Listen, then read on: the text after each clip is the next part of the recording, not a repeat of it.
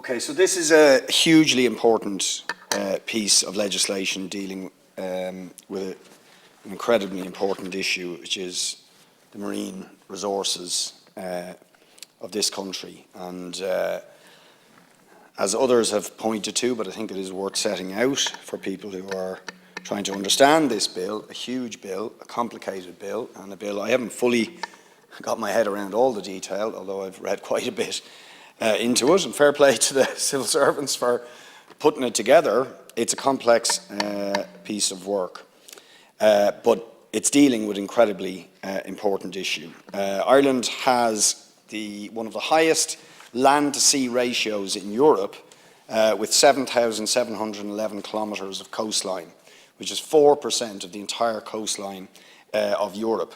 The foreshore area alone is 9.7 million acres, which is 36% of Ireland's land area. But when you include the full territorial sea areas of this country, it's one of the largest, gives us one of the largest territories in Europe at 220 million acres, 7 times the amount of the land, the territorial land of this country. So we are talking about an absolutely enormous territory and resource. And we need to think about, in the context of this legislation, why is that important to us?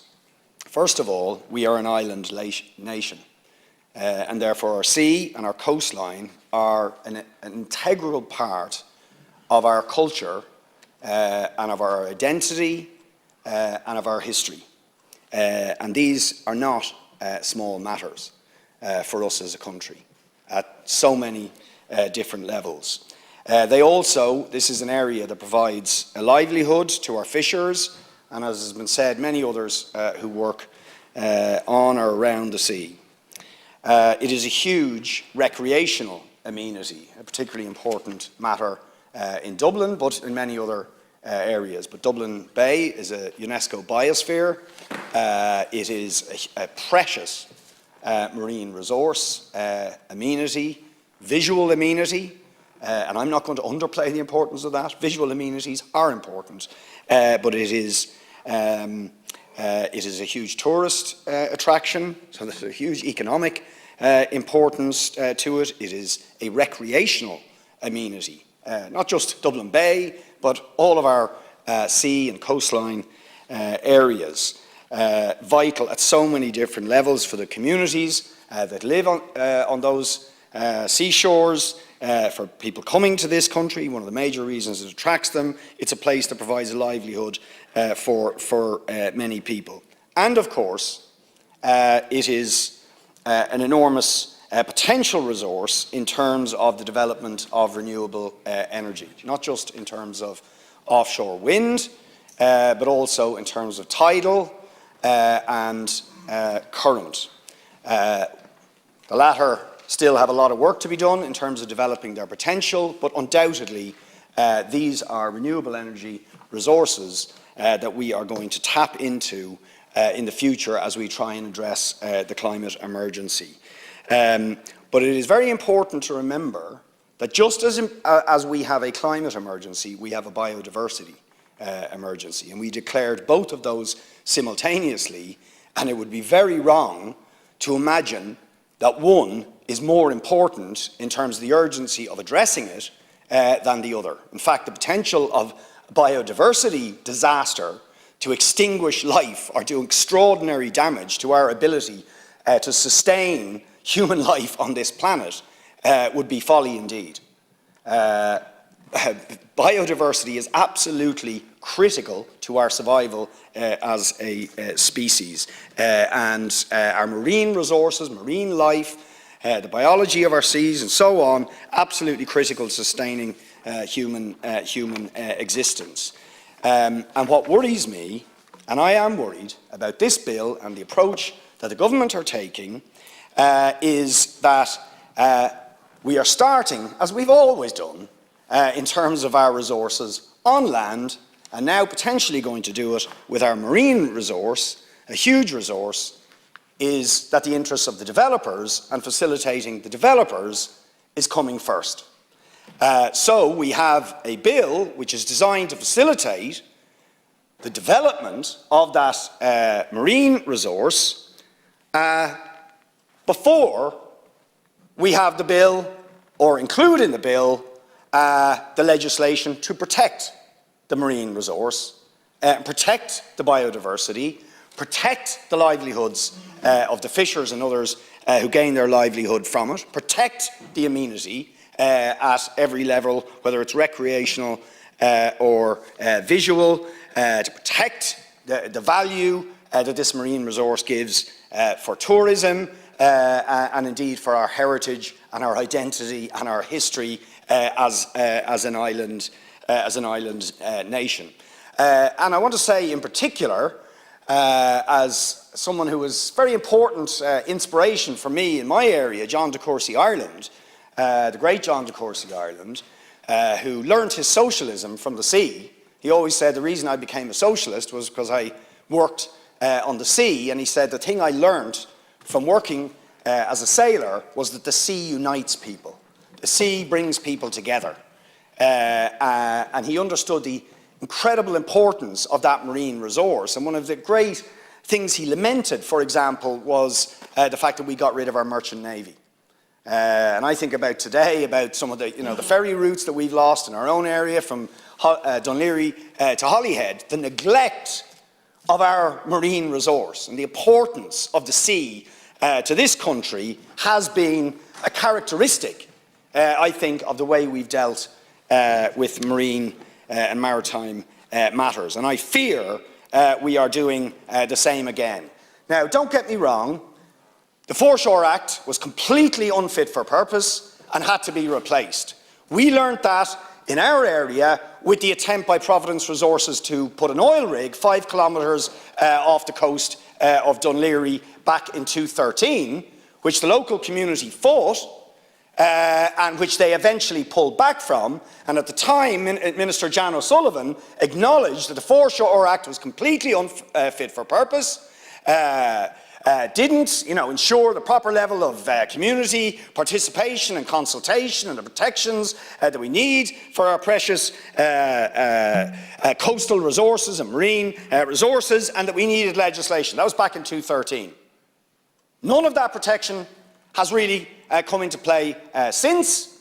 This legislation is way, way overdue, and I know for the civil service it's a big job, I accept that, but it's been a long, long time coming, and when it does come, it comes in advance of the protection of those marine resources that should accompany it. And people need to understand what laggards, we talk about us being laggards in terms of climate action, what laggards we are in terms of the protection of our marine resources. It's quite shocking, to be honest. 2.3% of our territorial waters are marine protected areas, and as the Green Party deputy just pointed out, they're not even marine protected areas, they're SACs and so on. And it's worth bearing in mind some of the comparisons of our European neighbours. We're 2.3% protected. Germany, 45% of its waters, marine protected areas. France, 45% of its waters, marine protected. The US, hardly, an exemplar of environmental protection, 41% of its waters protected. Belgium, 36% protected. UK, 28% protected. Netherlands, 26% protected. Denmark, 17% protected. And you can go on through the list. Us, 2.3%. And now we are bringing in legislation to facilitate the industrial development. And let's be clear. That's what we're talking about, the industrial development of our marine resources at proximities to the shore which would not be allowed in most other European countries. The average permission given for offshore renewable energy projects in Europe last year was 53 kilometres from the shore. 53. Before that it was 35, so it's actually rising. The level of protection that has been given by European countries to their coastal marine resources and amenities is actually strengthening and is so far in advance of ours, as I'll go on to explain, the comparisons are quite stunning.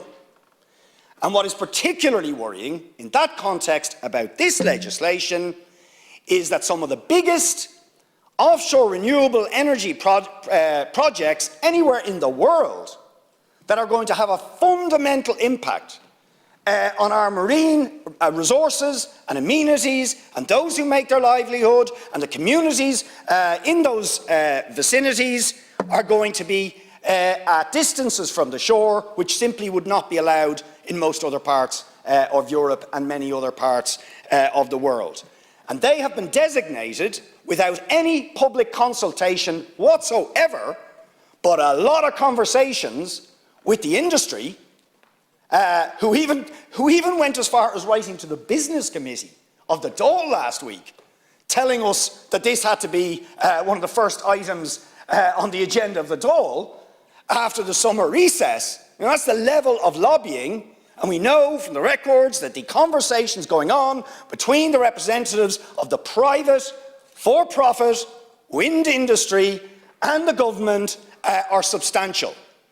And these projects were designated relevant projects at very, very close proximities. As I said, proximities that would not be allowed in most of Europe. If I just would identify the 6, 2 of them are obviously in close proximity to my own area, which would be approximately 10 kilometres from the coastline, some of them as close as 5, and none of them much further out than about 15 kilometres. I won't go through the whole list. And people need to understand what the scale of these things are. The Dublin array alone, 61 turbines, 310 metres each.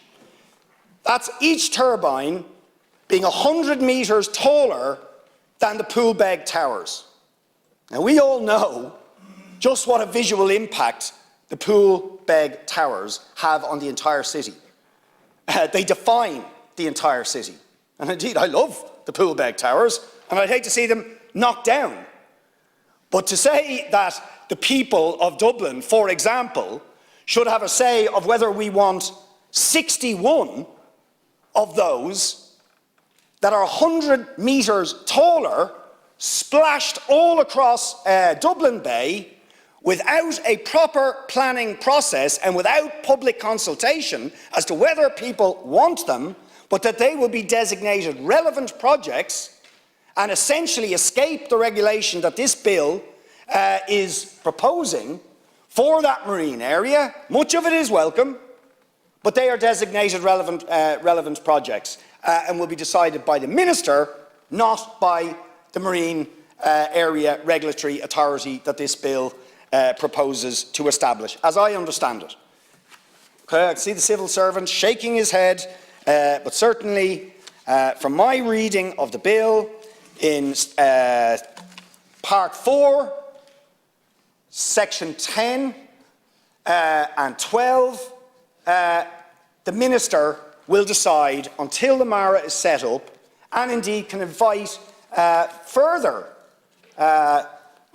invite or allow further applications for consents until the MARA, the new regulatory authority, is set up. And critically, those relevant projects were self-selected by the private developers themselves. They decided, in advance of us deciding what areas should be protected. And in the case of Dublin Bay, I'll let other people speak for other parts of the country where they know better, but the Kish Bank and the Codling Bank are sandbanks that are of extreme importance for the fishers and for marine life, for marine biodiversity. They are very close to the shore. They also have potentially significant role in dealing with issues like coastal erosion, and the private company decided we'll have that site. Why? Because it's easy and profitable and cheap for them to develop that site very close to the coastline at, I repeat, proximities that would not be allowed and are not allowed in many other parts of Europe. They selected the sites in advance of us designating what areas should be protected, what biodiversity should be protected, what livelihoods should be protected, without any consultation with the public on the selection of those sites. Now that to me is a serious problem, because this should not be developer-led. We wouldn't allow it, oh sorry, I was going to say we wouldn't allow it anywhere else. Isn't that the problem? That's what we did in this country, and it had disastrous consequences when we did this sort of thing on land, when we let the developers dictate. And I would remind the Green Party that they were often very strident voices in insisting on proper planning, adherence to having proper local area plans, county development plans, adherence to planning regulations and so on, proper environmental impact assessments and all the rest of it. But in this situation, none of that. The private, for-profit developers who will be required to give the people of this country, for a public resource, part of our land territory, precisely zero. Precisely zero, in terms of the energy they produce, in terms of community gain or benefit. Nothing wired into the legislation in terms of the benefits for the community, for the country as a whole, for the cost of energy we might get. So I have a fundamental problem with that also, because it is in effect the privatisation of the marine resource. And the parts that the private developers grab, decided by them, self-selection, on sites that will have an absolutely fundamental impact on our marine biodiversity, on our fishers, on our coastal communities, on our heritage, on our recreational amenities, on our tourism, and so many other potential impacts. So we should be very, very careful not to cut off our nose to spite our face. Now, is any of this about saying it is not absolutely imperative to develop our offshore renewable energy potential? No. But you see, technology is a great thing. And we now have floating turbines that are pretty much as cheap to be put out at no particular additional cost at further distances, as they are doing in the rest of Europe, where the impact is less on the fishers, from a marine biodiversity point of view, from an impact point of view, from a heritage point of view. We can do it. We have the technology, and by God, do we have the territory, the marine territory to do it. It's incredible. I mean, people only have to look at the real map of Ireland produced by the Marine Institute. I think they'd just be aghast and amazed in a very positive way about just how much marine territory we have. So we have huge potential to have a win-win, where we have offshore renewable energy developed at distances that do not negatively or adversely impact on our coastal communities, on our fishers, on our marine biodiversity, and all the other potentials that exist, and being able to develop that renewable energy. Although I have to say, why on earth we would then privatise that rather than get people like the ESB and so on to develop it, but handing it over to private for-profit companies who will have no obligation whatsoever to feed that electricity back to us at anything other than full market price. It's just, you know, the same old mistakes we've made of privatisation in the past. So, yes, we need a marine area planning regime to replace the Foreshore Act. Yes, a regulatory authority is a good idea, although I question the issue of replacing the foreshore in terms of the area of 3 nautical miles, where the local authority will be the relevant authority, and beyond that, the MARA. I'd like to hear more about that, because actually out to that distance, which is roughly 5.5 kilometres, the impact of things beyond that is significant. And it's worth saying that the foreshore was about 22 kilometres, about 12 nautical miles. Personally, we will be arguing that we need a buffer zone, similar to the buffer zones that exist to protect our coastal amenities in much of the rest of Europe, which should be at the old distance of the foreshore, i.e. 22 kilometres, where industrial development would be allowed and where a different regime might be used to deal with it, but local communities should have a say and should have the right to appeal decisions in terms of the development of that foreshore area right up to the old foreshore boundary. So, thank you.